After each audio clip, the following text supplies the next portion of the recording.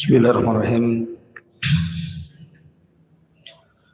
Assalamualaikum warahmatullahi wabarakatuh.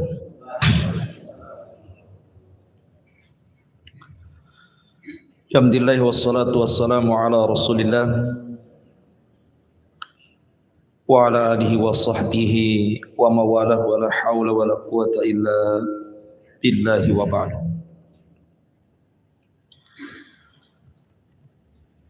Ma'asyiral muslimin yang dimuliakan Allah Subhanahu wa taala. Alhamdulillah di malam hari ini kembali kita lanjutkan kajian kita masih membahas Siratul Mustafa alaihi salatu wassalam, sirah Nabi Muhammad sallallahu alaihi wasallam. Salawat dan salam tentunya untuk keberkahan majlis di malam ini kita hadiahkan pada Rasul kita Muhammad sallallahu alaihi wa ala alihi wasallam. Kita masih melanjutkan kajian kita tentang a'malu Rasulillah sallallahu alaihi wasallam fil Madinati al-Munawwarati. Amal-amal Rasul, pekerjaan-pekerjaan Rasul ketika sampainya beliau di kota Madinah Al-Munawwarah. Ma'asyiral muslimin yang dimuliakan Allah Subhanahu wa taala. Pada minggu yang lalu kita sudah menjelaskan tentang sampainya Nabi sallallahu alaihi wasallam di Kuba. Kemudian beliau mendirikan asas pondasi Masjid Kuba. Dan itulah masjid pertama yang ussisa ala taqwa, diasas di atas ketakwaan kepada Allah Azza wa Jalla. Kemudian Nabi sallallahu alaihi wasallam sempat mampir di kabilah Salim ibn Auf. Kemudian Nabi sallallahu alaihi wasallam salat Jumat di situ. Baru setelah itu Nabi sallallahu alaihi wasallam bertolak ke kota Madinah. Dulunya disebut Yathrib. Disitulah Nabi sallallahu alaihi wasallam membangun masjid yang disebut dengan Masjidu Nabawiyah, Masjid Nabi. Bagaimana kisahnya? Ma'asyiral muslimin yang dimuliakan Allah Subhanahu wa taala. Ketika Nabi sallallahu alaihi wasallam sampai di kota Madinah, tepatnya di kabilah Bani Najjar, sebagaimana riwayat Bukhari. Jadi ketika untanya Nabi sallallahu alaihi wasallam bertolak mendekati kabilah Bani Najjar itu, banyak kabilah-kabilah yang berkehendak bahwa Nabi sallallahu alaihi wasallam singgah di tempat mereka. Tapi Nabi sallallahu alaihi wasallam enggan singgah dan membiarkan untanya berjalan sampai dia berhenti sendiri. Rasul mengatakan, berikan unta ini jalan, fa innaha ma'murah, karena unta ini sudah diperintah Allah. Maka unta itu kemudian berjalan. Tiba-tiba kemudian unta itu langsung terdiam di kabilah Bani Najjar, di sebuah tempat yang kelak di situ menjadi masjid Nabi. Dan itu diriwayatkan oleh Imam Al-Bukhari dalam sahihnya, ketika Nabi SAW sampai di tempat itu yang memiliki atau pemiliknya Bani Najjar, Rasul mengatakan, ya Bani Najjar, saminuni haitukum, berikan harga tanah ini berapa, jualah tanah ini kepada kami. Tapi karena yang ngomong begitu Nabi, tentu Bani Najjar tidak mau. Mereka hanya hendak memberikan tanah itu untuk wakaf dan diberikan kepada Nabi SAW. Tapi Nabi pun tak mau. Mereka sudah menyerahkannya tanah itu untuk dijadikan masjid, tetapi Rasul tidak mau. Kata Nabi SAW, wahai Abu Bakar, bayar tanah ini. Maka Abu Bakar pun kemudian membayar tanah itu asyrata dananir, 10 dinar uang emas, sebagai pembelian tanah itu kepada Bani Najjar. Maka disitulah Nabi SAW mengumpulkan para sahabat, kemudian mulai membangun masjid. Di dekat tanah itu ada rumah, pemiliknya namanya Abi Ayyub Al-Ansari radhiyallahu anhu. Jadi selama pembangunan itu, maka Nabi SAW tinggal di rumah Abi Ayyub Al-Ansari. Rumah Abi Ayyub Al-Ansari itu tingkat 2. Jadi Nabi SAW memilih di bawah dan tuan rumah berada di atas supaya tidak mengganggu karena banyak tamu masalahnya. Jadi sepanjang Rasul di Madinah sampai kemudian Rasul membangun rumah 2 istrinya di samping Masjid Nabawi. Pertama Aisyah radhiyallahu anha, yang kedua Saudah bintu Jam'ah radhiyallahu anha. Itulah 2 rumah yang pertama kali dia bangun di samping Masjid Nabawi. Lah ketika Nabi SAW mulai mengasas Masjid Nabawi itu, maka Rasul terjun langsung dalam pembangunan ini. Bahkan pertama Nabi SAW yang membawa bata batunya, sehingga kemudian orang-orang Ansar mereka pun mengatakan dalam sebuah syairnya, la in qa'adna wan nabiyyu ya'mal fadzaka minna al-amalul mudhallal. Kata orang Ansar, kalau kami duduk-duduk saja sementara Rasul bekerja, maka itu amalan yang sia-sia. Makanya kemudian orang-orang Ansar pun bergerak dan juga Muhajirin ikut berlomba-lomba kerja bakti membangun Masjid Nabawi. Dan juga dilantunkan syair-syair. Karena syair-syair itu untuk membangun semangat masalahnya. Ketika Nabi SAW mengatakan dalam syairnya, Allahumma innahu la khaira illa khairal akhirah farhamil ansara wal muhajirah. Kata Rasul SAW, ya Allah, sesungguhnya tidak ada kebaikan kecuali kebaikan akhirah, rahmati orang-orang Ansar dan juga orang-orang Muhajirah. Maka orang-orang Ansar pun ikut, kemudian berteriak-teriak membacakan syair-syair dan mengatakan, nahnu alladhi bay'na Muhammadan 'alal jihadi ma hayina abada. Kata mereka, kami adalah orang-orang yang membaiat Muhammad di atas jihad selama kami masih hidup.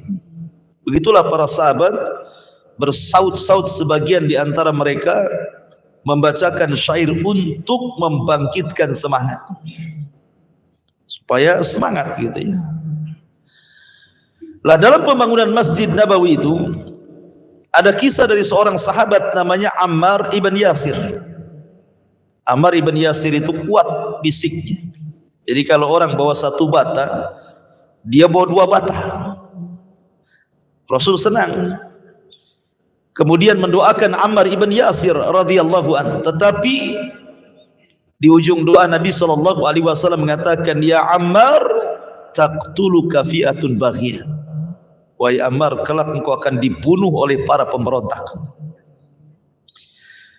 Maka sabda Nabi SAW kepada Ammar ibn Yasir ini menjadi sebuah kenyataan ketika terbunuhnya Utsman ibn Affan. Kemudian kaum muslimin pecah menjadi 2 kelompok. kubu Madinah dipimpin oleh Ali radhiyallahu anhu, dan itu khalifah yang sah. Sementara kubu Syam dipimpin oleh Muawiyah ibn Abi Sufyan. Terjadi perang dua kubu ini. Lah ketika terjadi perang dalam Siffin, perangnya kan disebut perang Siffin, Ammar terbunuh di sini. Dan Ammar ketika itu mengikuti tentara Ali radhiyallahu anhu. Berarti di sini kebenaran di pihak Ali. Dengan terbunuhnya Ammar ibn Yasir dan dia di pihak Ali, berarti kebenaran ada di pihak Ali. Karena Rasul mengatakan, ya Ammar taqtuluka fi'atun baghiyah. Oh ya Ammar, kau akan dibunuh oleh para pemberontak. Berarti Muawiyah dianggap para pemberontak kan gitu. Tetapi walaupun demikian, karena dua-duanya sahabat Rasul, baik Ali ataupun Muawiyah, maka kita katakan Muawiyah berada di atas ijtihad dan Ali juga berada di atas ijtihad. Idza ijtahada mujtahidun fa asaba falahu ajran wa in akhta'a falahu ajrun wahid. Kata Rasul, apabila seorang mujtahid berijtihad, kalau benar dua pahala, kalau salah tetap dapat satu pahala. Sehingga kita tidak boleh mencela keduanya, karena keduanya sahabat Nabi SAW, dan Rasul mengatakan, la tasubbu ashabi, jangan celah sahabatku. Ma'asyiral muslimin yang dimuliakan Allah Subhanahu wa taala, termasuk juga di antara sahabat yang dipuji oleh Nabi SAW dalam pembangunan Masjid Nabawi itu adalah seorang sahabat dari kabilah Yamamah. Jadi Nabi SAW takjub dengan seorang sahabat dari kabilah Yamamah ini, karena mungkin kalau bahasa kita ini, kalau jadi tukang itu rapi gitu ya, halus, kalau dia melaster itu bagus hasilnya gitu. Makanya Nabi SAW mengatakan, qaddimul yamami minatin fa innahu min ahsanikum lahu masan. Kata Nabi SAW, serahkan kepada laki-laki Yamami ini, biarkan dia yang mengacu adukan, karena dia bagus cara mengaduknya gitu. Intinya bahwa Nabi SAW ikut bahagia, dan juga para sahabat Nabi SAW di dalam membangun Masjid Nabawi ini. Lah Masjid Nabawi, ma'asyiral muslimin yang dimuliakan Allah Subhanahu wa taala, memiliki banyak keistimewaan. Di antaranya Nabi SAW bersabda tentang keistimewaan Masjid Nabawi ini. Pertama, dia adalah masjid yang disebutkan di dalam Al-Quran, la masjidun ussisa ala taqwa min awwali yaumin ahaqqu an taquma fihi. Dan sungguh masjid yang didirikan di atas takwa dari mulai pembinaannya, pembangunannya. Kata sahabat Nabi SAW,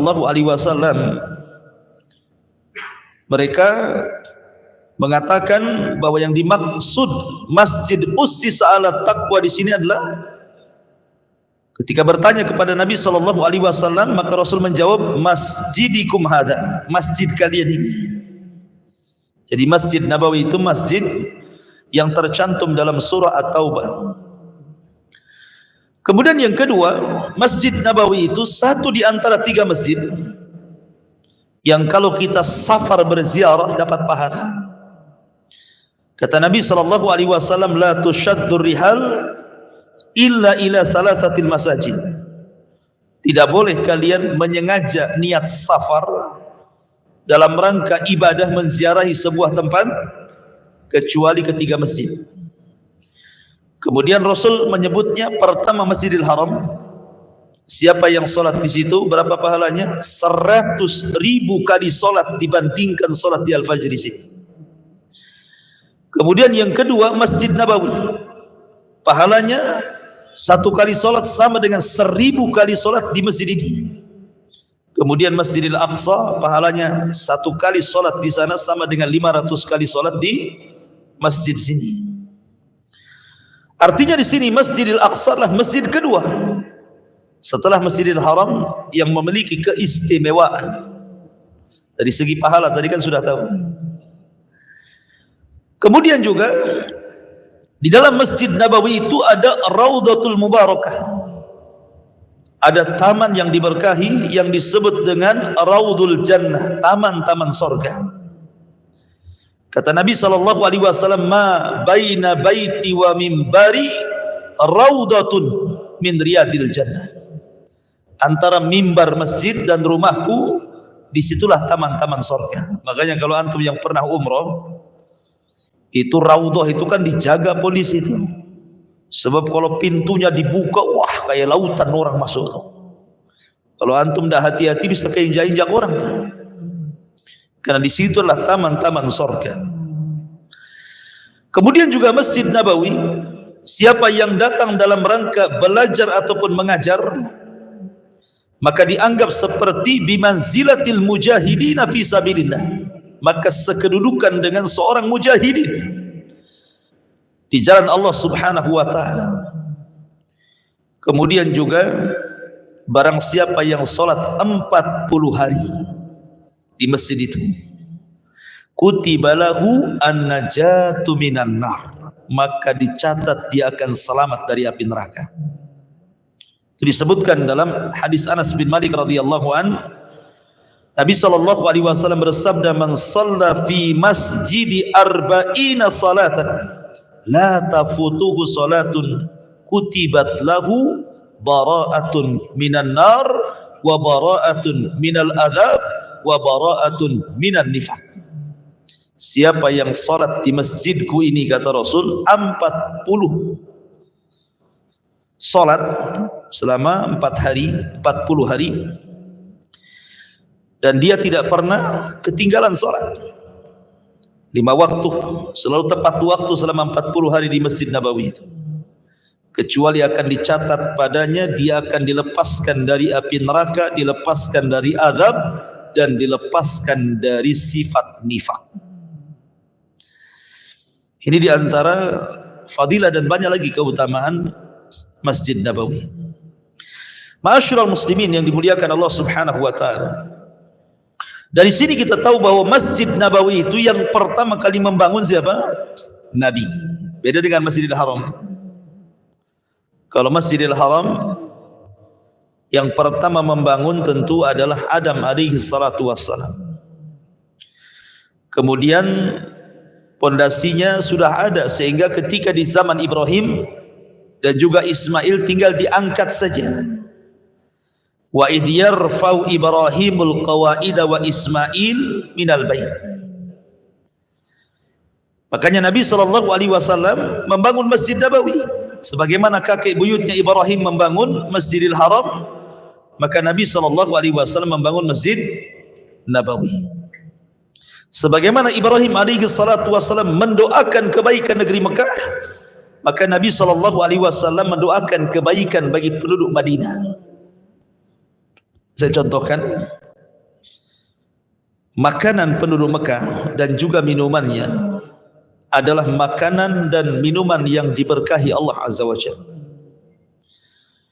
Ketika Ibrahim alaihi salatu wassalam di zaman Ismail ketika menikah dengan salah satu wanita Jurhum, istri pertamanya kan su'ul akhlak, akhlaknya jelek sehingga diceraikan. Dan yang menyuruh menceraikan Ismail istrinya itu ya bapaknya Ibrahim.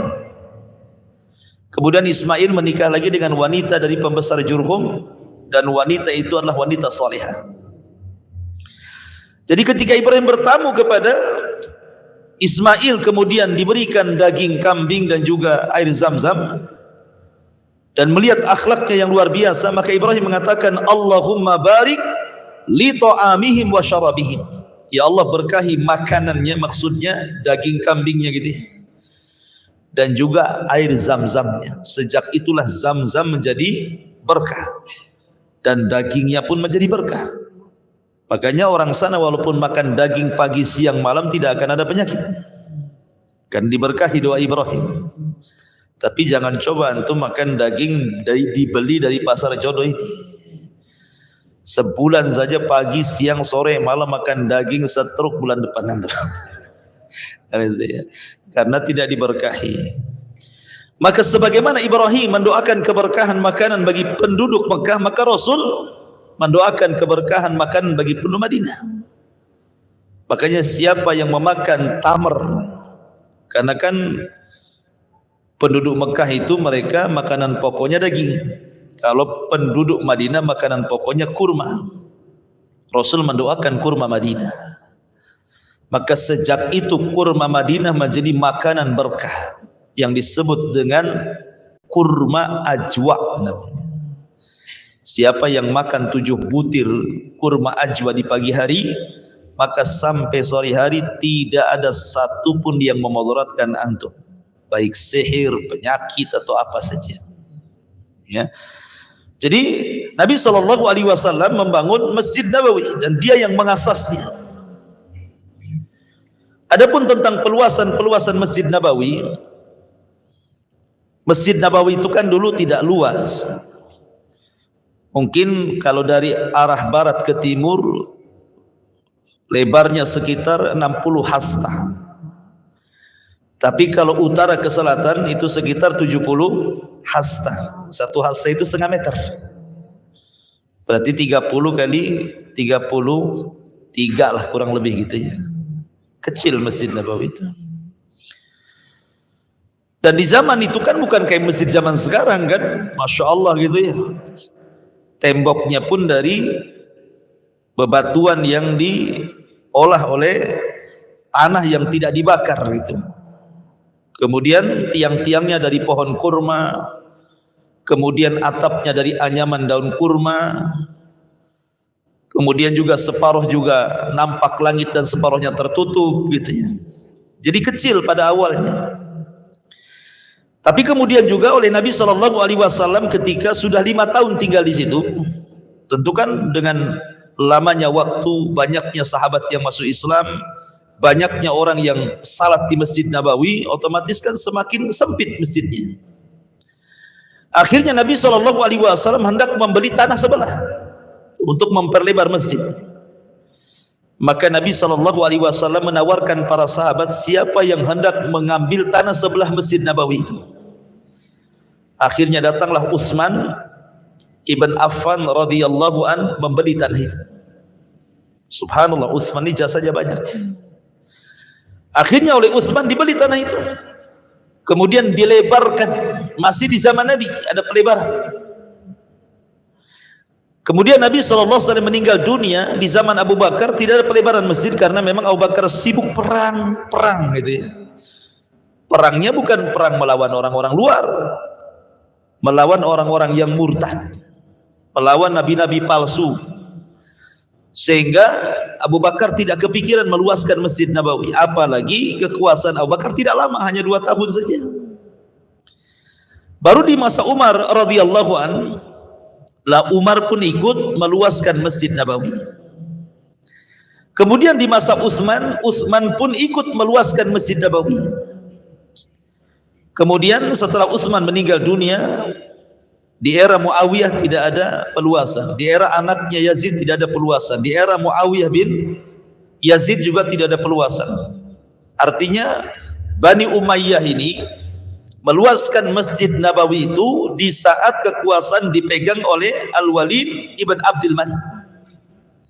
Dia perintahkan Umar bin Abdul Aziz yang ketika itu menjadi gubernur Mekah Madinah, disuruh meluaskan Masjid Nabawi. Kemudian juga di era Abbasiyah juga pernah diluaskan sampai kemudian era hari ini ya, oleh keluarga Al-Saud, Abdul Aziz Al-Saud gitu ya. Jadi mulai diluaskan dan dibuat payung macam-macam ya. Dan sekarang menjadi masjid terbesar di dunia. Ya kan? Masjid besar sekali, masjid kedua setelah Mekah tentunya, masjid terbesar di dunia adalah Masjid Nabawi. Ma'asyiral muslimin yang dimuliakan Allah Subhanahu wa taala. Masjid Nabawi zaman itu masih difungsikan dengan macam-macam fungsi. Pertama, Nabi SAW menjadikan masjid itu adalah makanul ibadah, tempat untuk ibadah. Ya sholat di situ, i'tikaf di situ, baca Quran di situ, semua di situ. Jadi memang masdar ibadah, tempat pusat ibadah itu di masjid. Karena memang satu-satunya tempat yang dekat kita dengan Allah itu hanya di masjid. Makanya ulama mengatakan bahwa masjid itu mustashfal qalb, rumah sakit hati. Kalau antum sakit hati, datang ke dokter, bingung dokter ngobatinya itu, kasih pil apa bingung dia. Kalau antum punya penyakit hati gitu ya, yang bisa mengobati penyakit hati itu ke masjid. Masjid itu mustashfalil qalbi, rumah sakit untuk hati. Karena di masjid ini tempat zikir. Ala bi dzikrillah tatmainnul qulub. Dengan zikir itu tenang hati orang. Kemudian yang kedua, Nabi SAW menjadikan masjid itu untuk menampung para fuqara wal masakin, para du'afa. Makanya dikenal di Masjid Nabawi itu para sahabat yang tidak mampu, yang disebut dengan ashabus suffah, mereka ditampung di masjid. Dan dari ashabus suffah inilah lahir orang-orang hebat. Lahir para ulama muhaddisin seperti Abu Hurairah radhiyallahu anhu, orang yang pakar meriwayatkan hadis Rasul, bahkan terbanyak orang yang menghafal hadis Nabi. Kalau yang mencatat siapa? Abdullah ibn Amr ibn As, dicatat sama dia. Kalau Abu Hurairah dihafal, ya, kalau Abu Hurairah itu dihafal. Maksudnya dia dari kalangan muhajirin. Kalau kalangan ansar siapa? Anas ibn Malik yang banyak meriwayatkan hadis Nabi itu. Dan dari ashabus suffah itu lahir para mujahidin, lahir para pejuang Islam. Artinya bahwa fungsi masjid itu bukan hanya untuk sholat saja di zaman itu ya, menampung orang-orang susah yang datang dari daerah-daerah ke kota Madinah itu, mereka tinggal bersama ashabus suffah di Masjid Nabawi. Jadi para sahabat yang ingin sedekah itu datang aja ke masjid.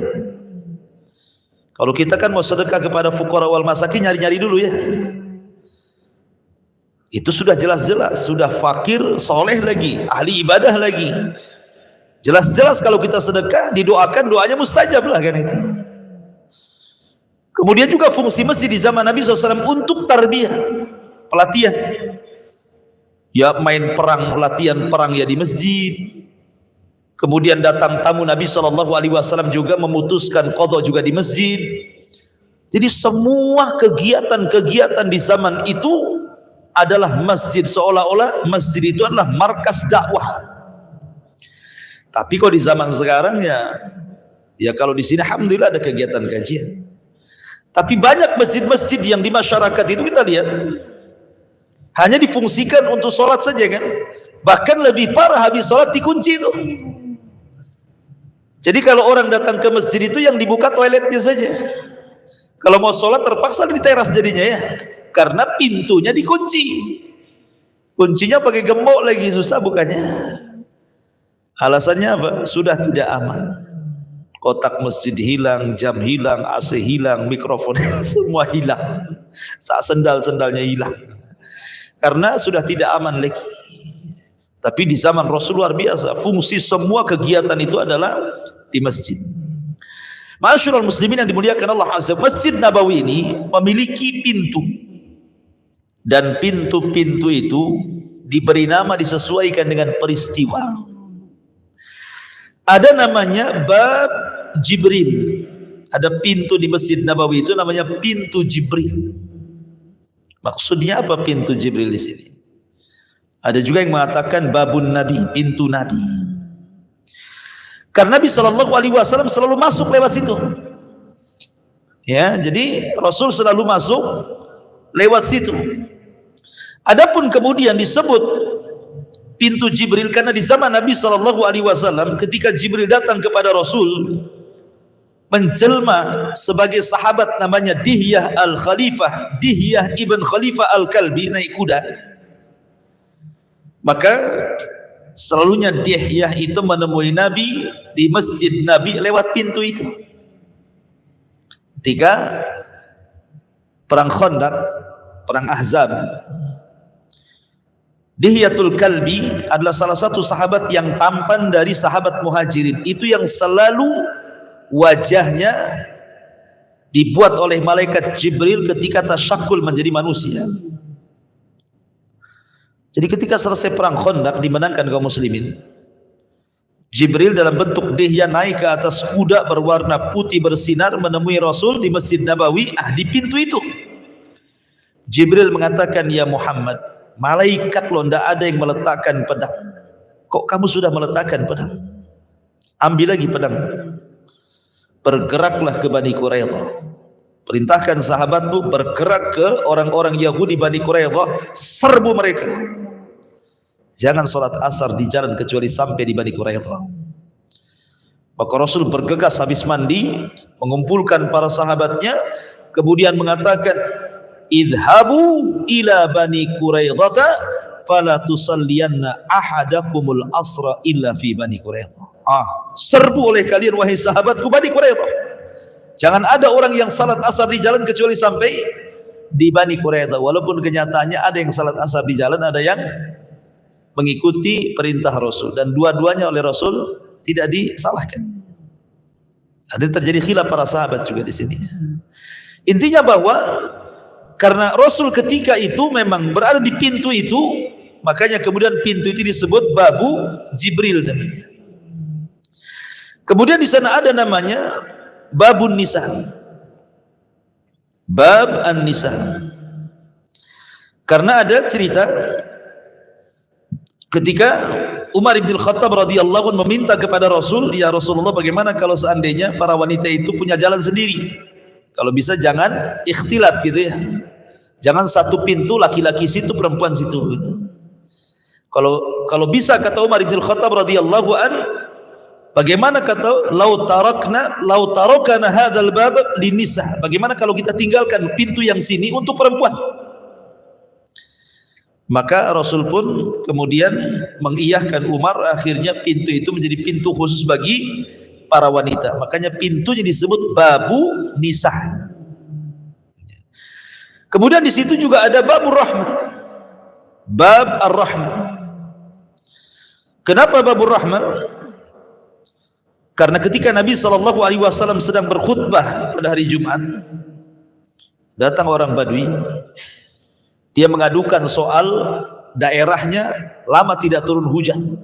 Sementara kita tahu Madinah itu, mereka itu berpegang kepada pertanian. Kalau tidak air kan masalah orang bertani itu kan. Lagi-lagi khutbah Rasul tiba-tiba mengatakan, ya Rasulullah, jalan-jalan sudah retak-retak, tanaman sudah pada mati, hewan-hewan kelaparan dan hampir mati. Berdoalah kepada Allah agar Allah menurunkan hujan untuk kami. Akhirnya kemudian Rasul pun istisqa saat sholat Jumat, turun hujan 1 minggu gak berhenti. Yang tadinya kering kelontang jadi banjir bandang. Akhirnya seminggu setelah itu datang lagi, ya Rasulullah, hujan kebesaran. Berdoalah kepada Allah agar hujan itu jangan mencelakakan kami. Maka Rasul mengatakan, ya Allah, alihkan hujan itu ke gunung-gunung, ke bukit-bukit, ke tempat-tempat yang tumbuh tanaman dan begitu seterusnya. Lah karena Badui itu keluar dari pintu dan masuk keluar dari situ, makanya kemudian disebut Babur Rahmah, karena ketika itu turun hujan dan hujan itu pembawa rahmat. Disebut Babu Rahmah. Ada juga yang mengatakan ada juga pintu yang disebut dengan Bab As-Salah. Dikatakan juga Babul Khasyah. Dan pintu ini adalah pintunya Umar bin Khattab radhiyallahu anhu. Kemudian juga Nabi SAW menjadikan pintu ini bagi para penziarah yang masuk ke Masjid Nabawi lewat pintu itu. Siapapun yang masuk maka akan selamat dia. Selamat bahasa Arabnya salam, maka disebut Babus Salam. Dan namanya Bab Abdul Majid, pintu Abdul Majid, karena salah satu yang meluaskan Masjid Nabawi adalah Abdul Majid, Masjid Abdul Majid yang pertama ya. Itu diantara sekilas tentang kisah Masjid Nabawi. Adapun imam Masjid Nabawi, tentu yang pertama kali imam adalah sahabat Umar, Mus'ab ibn Umar. Dialah imam yang pertama yang diutus Rasul di Madinah. Setelah kemudian masjid itu terbangun, maka Nabi SAW menjadi imam tetap di Masjid Nabawi, kecuali dia safar. Kalau dia safar, maka yang menjadi imam adalah Abdullah ibn Ummi Maktum, sahabat yang buta. Kemudian di era Umar ibn Khattab radhiyallahu an, yang menjadi imam adalah Ubay ibn Ka'ab, seorang sahabat yang direkomendasikan Al-Qur'annya oleh Rasul. Ambillah Quran dari 4 orang, salah satunya Ubay ibn Ka'ab.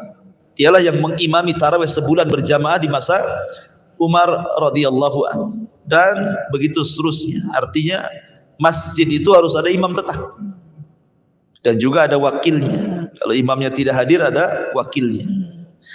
Ma'asyiral muslimin yang dimuliakan Allah Subhanahu wa taala, sedikit saya ingin menjelaskan tentang fungsi daripada masjid itu.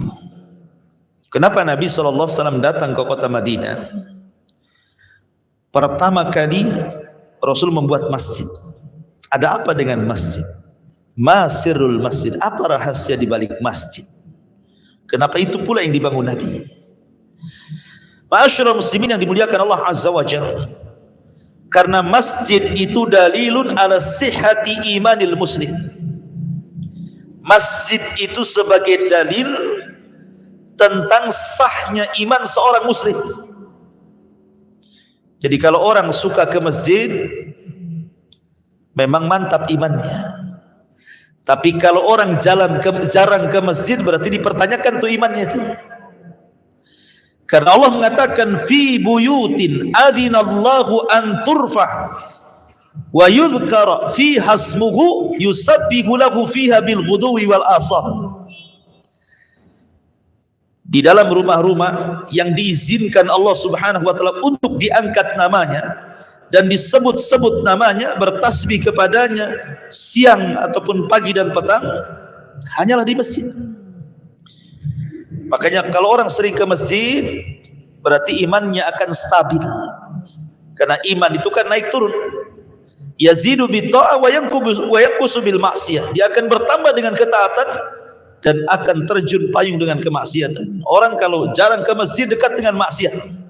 Tapi kalau orang sering ke masjid, insya Allah dia lebih menjauhi maksiat. Makanya masjid itu dalilun ala sihhati imanil muslim. Kemudian yang kedua, bahwa masjid ini adalah baitullah, rumah daripada rumah-rumah Allah. Nabi SAW mengatakan, majtama qaumun fi baitin min buyutillah yatsluna kitaballah wa yatadarasunahu bainahum illa nazalat alaihimus sakinah wa ghasyiyatuhumur rahmah wa hafathumul malaikah wa dzakarallahu fiman indah. Tidaklah sebuah kaum berkumpul di salah satu rumah daripada rumah-rumah Allah, maksudnya masjid. Dia bacakan Al-Quran, kemudian dia pelajari. Dia bacakan hadis, kemudian dia pelajari. Seperti kita lah begini ta'lim. Maka balasannya apa? Malaikat akan turun tuh. Nazalat alaihim, membawa kepada mereka sakinah dan juga rahmatnya. Jadi majlis ilmu di masjid itu sebenarnya majlis ketenangan, masjid rahmat dan masjid berkah. Dan bukan hanya itu saja, yang hadir di situ Allah akan sebut namanya satu persatu di langit sana. Nama-nama antum itu sedang disebut di hadapan para malaikat itu. Kemudian malaikat memujinya. Kan sebenarnya enak hadir di majelis ilmu itu. Kenapa tidak sadar kita sedang disebut nama-nama kita langsung oleh Allah di hadapan para malaikat di langit sana. Kemudian juga dari masjid inilah lahir di zaman itu ya para ulama dari kalangan muhaddisin, para fuqaha, usuliyun, lugawiyun, bahkan bukan hanya ilmu-ilmu agama, kedokteran dan semuanya lahir di masjid. Karena umumnya masjid itu kalau zaman dulu itu dipenuhi dengan para ulama. Umumnya masjid itu dipenuhi dengan para ulama, atau mungkin bahasa kita, umumnya masjid-masjid itu pasti ada ustadznya di situ. Iya kan? Kalau ingin cari ustadz gampang, datang aja ke masjid. Siapa ustadznya di sini? Ya, pasti ketemu tuh. Tapi kalau antum ke pasar cari ustadz nggak akan dapat gitu. Ya pedagang antum dapat, kecuali ustadz rangkap dagang. Tetapi kalau cari di masjid pasti dapat, karena Rasul pernah mengatakan sebaik-baik tempat di bumi ini adalah masjid, dan seburuk-buruk tempat adalah pasar. Ini masjid, ini pasar. Nah, persis seperti di sini. Ini masjid, ini pasar kan gitu. Nah, tinggal pilih. Sebelah seburuk-buruk tempat, sebelah sini sebaik-baik tempat, kata Rasulullah. Tapi di zaman sekarang, lebih banyak mana orang ke pasar atau ke masjid? Lebih banyak ke pasar. Bahkan sebagian pasar sudah disulap menjadi mall, lebih indah dibandingkan masjid. Bahkan lebih sayang lagi, kadang-kadang masjid di mall itu diletakkan di parkiran lagi. Subhanallah kan. Aduh, gimana ceritanya? Harusnya ada masjid yang megah dalam mall gitu ya. Ini sudah masjidnya kecil, nyempil lagi, susah nyarinya gitu ya. Ma'asyiral muslimin yang dimuliakan Allah Azza wa Jalla. Makanya juga karena fungsi masjid itu memang luar biasa, makanya Nabi SAW memberikan pahala kepada siapapun yang membangun masjid dengan pahala besar. Kata Nabi SAW, man bana lillahi masjidan fil ardi banallahu lahu qasran fil jannah. Siapa yang membangun masjid di permukaan bumi, Allah bangunkan istana di surga. Bahkan dalam riwayat, walau ka mifhasi qatatin, walaupun kau bangun seperti sebesar sangkar burung. Seberapalah besarnya sangkar burung itu? Orang pun tak masuk, burung aja yang masuk. Tetapi maksudnya, kata Imam Syaukani hadis itu, maksudnya walaupun antum hanya nyumbang satu lonjor besi, satu sak semen, satu gerobak pasir ataupun koral, itu sudah cukup Allah bangunkan bagi antum istana di sorga, gitu maksudnya. Wah, anda tidak bisa Ustaz, tidak punya uang, antum punya tenaga, itu bisa bangun jadi helper gratis gitu ya. Itu cukup untuk antum dibangunkan satu istana di sorga. Makanya kenapa para sahabat itu berlomba-lomba di dalam membangun masjid, karena memang pahalanya luar biasa. Apalagi membangun masjid ini sedekah jariyah masalahnya, sedekah yang mengalir. Kata Rasul, idza mata ibnu Adam in qata amaluhu illa min thalathin sadaqatin jariyah. Apabila anak Adam itu meninggal dunia, tidak ditinggal kecuali 3 perkara yang akan ikut dia sampai ke kuburan. Salah satunya adalah sedekah jariyah. Dijelaskan dalam hadis yang lain, bana masjidan. Dalam hadis Anas bin Malik, sedekah yang mengalir itu salah satunya adalah membangun masjid. Sedekah itu banyak ikhwan, macam-macam sedekah itu. Tapi seafdol-afdolnya sedekah adalah sedekah yang mengalir. Dan itu ada pada wakaf. Pada wakaf. Tidak bisa mewakafkan tanah, wakafkan tenaga. Tidak bisa mewakafkan tenaga, ya mungkin minimalnya tadi 1 sak semen, 1 gerobak pasir, terserahlah. Yang penting jenisnya wakaf. Itu makna hadis, idza matal insanu in qata amaluhu illa min thalathin sadaqatin jariyah. Ma'asyiral muslimin yang dimuliakan Allah Subhanahu wa taala. Lah ketika Nabi SAW membangun Masjid Nabawi, maka Nabi SAW ketika itu menjadikan muadzin pertama kali di Masjid Nabawi adalah Bilal ibn Rabah. Itu pun karena ada kasus. Ketika itu bagaimana cara mengumpulkan manusia untuk datang ke masjid. Ini masjid sudah jadi. Sementara sholat 5 waktu, ada subuh, zuhur, asar, maghrib, isya gitu ya. Kemudian subuh, bagaimana caranya mengundang orang ini?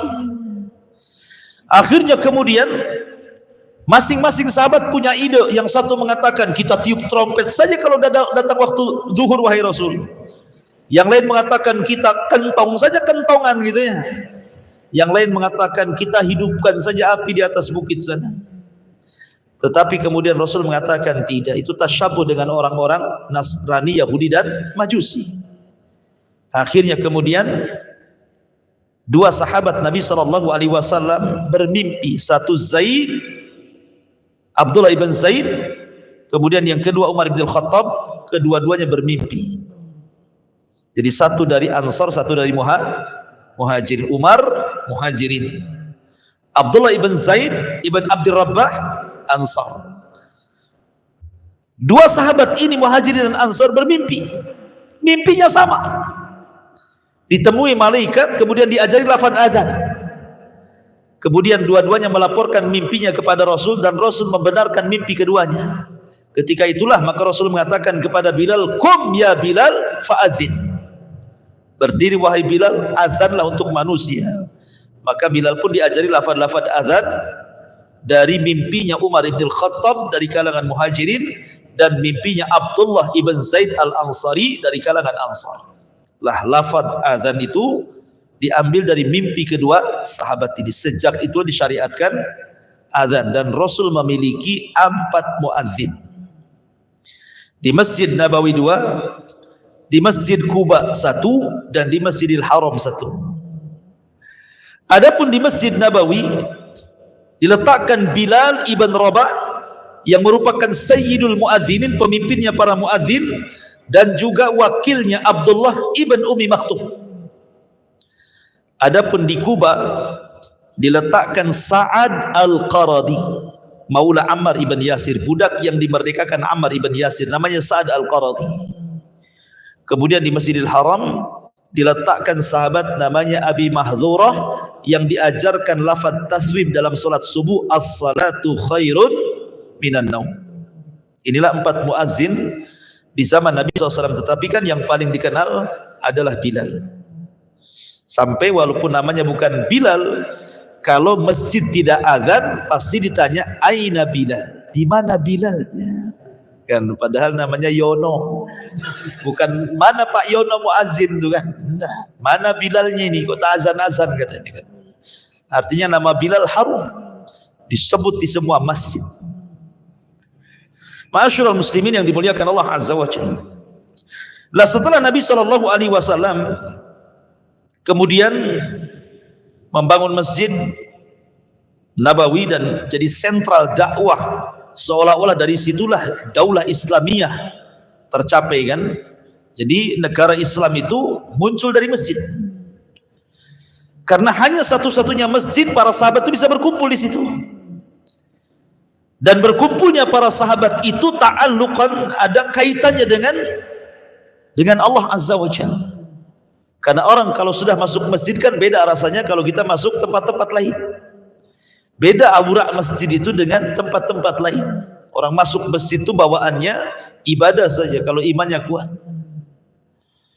Ya memang 1-2 lah kalau bawaan ngantuk tuh dia biasa gitu ya. Tapi umumnya ibadah kalau udah masuk masjid itu. Lain kalau majelis ilmu ya. Majelis ilmu itu katanya obat orang susah tidur katanya. Coba saja antum kalau susah tidur hadir di majelis ilmu. Hitung terbalik 3, 2, 1 ngek tidur itu. Biasanya gitu. Biasa udah tidur ya. Enggak usah pakai pil tidur. Apalagi ustadznya serius dari awal sampai akhir, ini langsung itu. Orang sudah bubar antum masih gini. Baik. Itu diantara amal Nabi SAW di kota Madinah. Kemudian kita masuk. Setelah Nabi SAW kemudian membangun Masjid Nabawi, kemudian sahabat mulai berkumpul melaksanakan salat dan begitu seterusnya, maka mulailah Nabi SAW mengatur masyarakat Muhajirin dan Ansar yang tinggal di kota Yathrib ataupun Madinah, yang disebut dengan ta'sisul mujtama' al-islami wal ummatil islamiyah.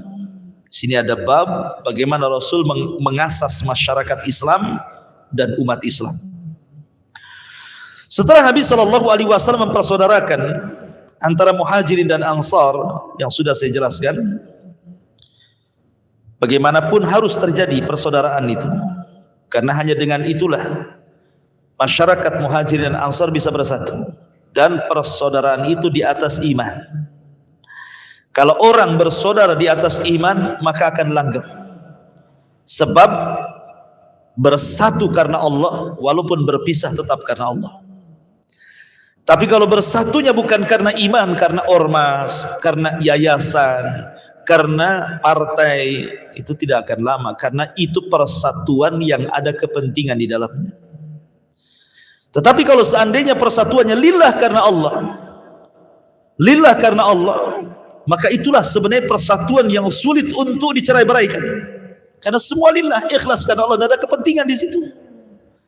Begitulah Rasul mengasas persatuan di tengah-tengah para sahabatnya. Makanya Allah Subhanahu wa taala gambarkan dalam Al-Qur'an, wa allafa baina qulubihim law anfaqta ma fil ardi jami'an ma allafta baina qulubihim walakinallaha allafa bainahum.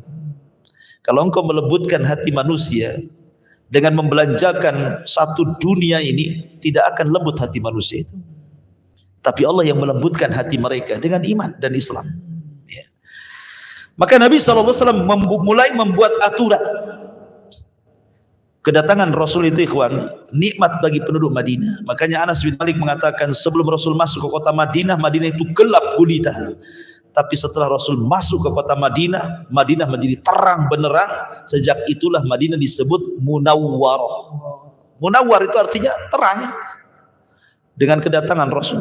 Kenapa? Pertama, Madinah itu pusat wabah. Banyak wabah terjadi di Yathrib. Bahkan ayahanda Nabi SAW meninggal juga karena wabah dari Madinah. Terkena wabah Madinah, humma Madinah, meninggal Abdullah, ayahanda Rasul. Tapi dengan kedatangan Rasul, tidak ada lagi wabah, dicabut wabah itu dari kota Madinah. Kemudian yang kedua, kabilah-kabilah di Yathrib sebelum kedatangan Rasul suka bercerai-berai. Di situ ada 3 kabilah besar Yahudi. Satu Bani Qunaiqah yang memegang ekonomi pasar Madinah, kemudian Bani Quraidah dan Bani Nadir. Ini 3 kabilah pun saling serang-serangan ini. Jangan sangka antum orang-orang di luar Islam itu mereka bersatu. Tahsabuhum jami'an wa qulubuhum syatta. Kau lihat mereka bersatu, hati mereka itu bercerai-berai. Kemudian juga ada kabilah orang-orang musyrik yang belakangan disebut Ansar, namanya Khazraj dan Aus. Ini perang 2 kabilah ini, baik antar kabilah Khazraj dan Aus atau antar kabilah Khazraj dan Aus bersama kabilah-kabilah Yahudi. Itu sudah biasa mereka perang. Itu sebelum kedatangan Nabi. Lah setelah kedatangan Nabi SAW, maka Allah katakan, udzkuru ni'matallahi alaikum idh kuntum a'da'an fa'allafa baina qulubikum fa'asbahtum bi ni'matihi ikhwana. Dulu kalian musuh, setelah datang Rasul kalian saling bersaudara, dan ini nikmat dari Allah. Maka Rasul SAW mempersatukan antara kabilah-kabilah musyrik. Belakangan mereka masuk Islam dan disebut dengan Ansar, dan berusaha kemudian menyatukan umat antar beragama, bukan hanya umat seagama tetapi antar umat beragama. Yahudi dan Nasrani di Madinah disatukan oleh Rasulullah dalam sebuah piagam yang disebut dengan piagam Madinah. Bahasa kita ini, ngapainlah kalian perang? Jalan yang kita lalui adalah jalan yang sama. Pasar yang kita berjual beli juga pasar yang sama. Air yang kita ambil dari sumber yang sama. Lah kalian ngapain pecah belah? Bersatulah, ayo kita buat negara berbasis kota di kota Madinah. Rupanya ide Rasul disepakati. Akhirnya bersatu antar umat beragama, Yahudinya, Nasraninya, musyriknya, muslimnya, dan yang mengendalikanlah Nabi SAW. Bayangkan minoritas bisa menguasai mayoritas. Luar biasa. Sebab apa? Akhlak yang dibawa Nabi SAW bisa menyatukan. Maka di sini Nabi SAW membuat undang-undang khusus bagi orang-orang muslim dan undang-undang umum terkait orang muslim dengan muslim yang lainnya, ataupun antar kaum muslimin bersama agama-agama di luar daripada Islam, Yahudi dan Nasrani. Bagaimana muamalahnya itu? Dan itu dijelaskan. Yang pertama, muamalah antar sesama muslim. Nabi SAW mengatakan ataupun memberikan aturan, annahum yakumuna diddal mufsid wal baghi.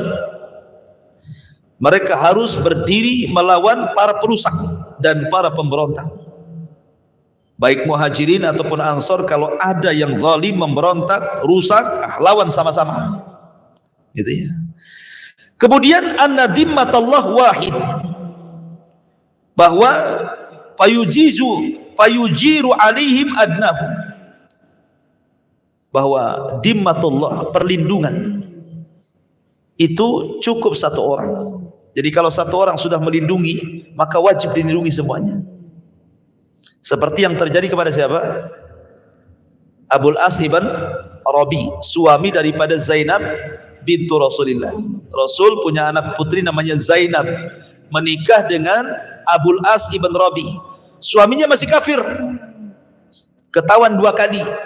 Pertama dalam perang Badar kalah, ketahuan pula suaminya, akhirnya ditebus dengan kalung yang dihadiahi Khadijah, tapi kemudian kalung dibalikin dengan syarat Zainab dipulangkan ke Madinah. Yang kedua, safar dia ke Syam, pulangnya ketangkap tentara Nabi, kena tawan lagi. Karena takut dibunuh, dia datang kepada istrinya Zainab dan minta untuk dilindungi. Maka Zainab tiba-tiba teriak di saat sahabat sedang sholat bersama Nabi dan mengatakan bahwa aku melindungi mantan suamiku Abul As ibn Rabi, maka kalian harus melindunginya.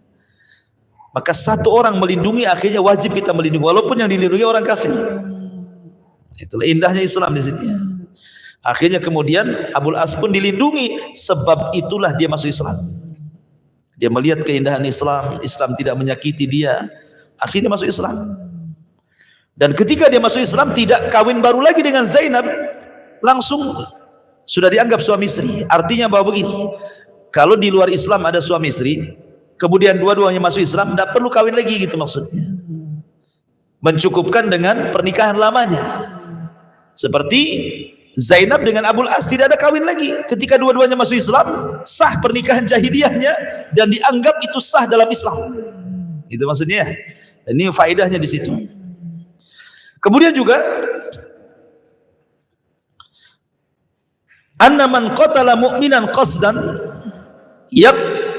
yuqtassa minhu, maka barang siapa yang kemudian membunuh seorang mukmin secara sengaja, maka dikisos, harus dikisos. Ini aturan, dan banyak lagi aturan-aturan ya ikhwan. Sudah larut malam, insyaallah kita lanjutkan minggu depan. Ini diantara kajian kita pada malam ini dipusatkan di pembangunan Masjid Nabawi tadi. Intinya bahwa tolong berakhlak kepada Allah. Membahas tafsir dari surah Al-Imran. Lahirlah Imam Muslim, Abi Dawud, Tirmidzi, Ibnu Hibban. Jadi ketika Yunus alaihi salatu wassalam terkena undian itu,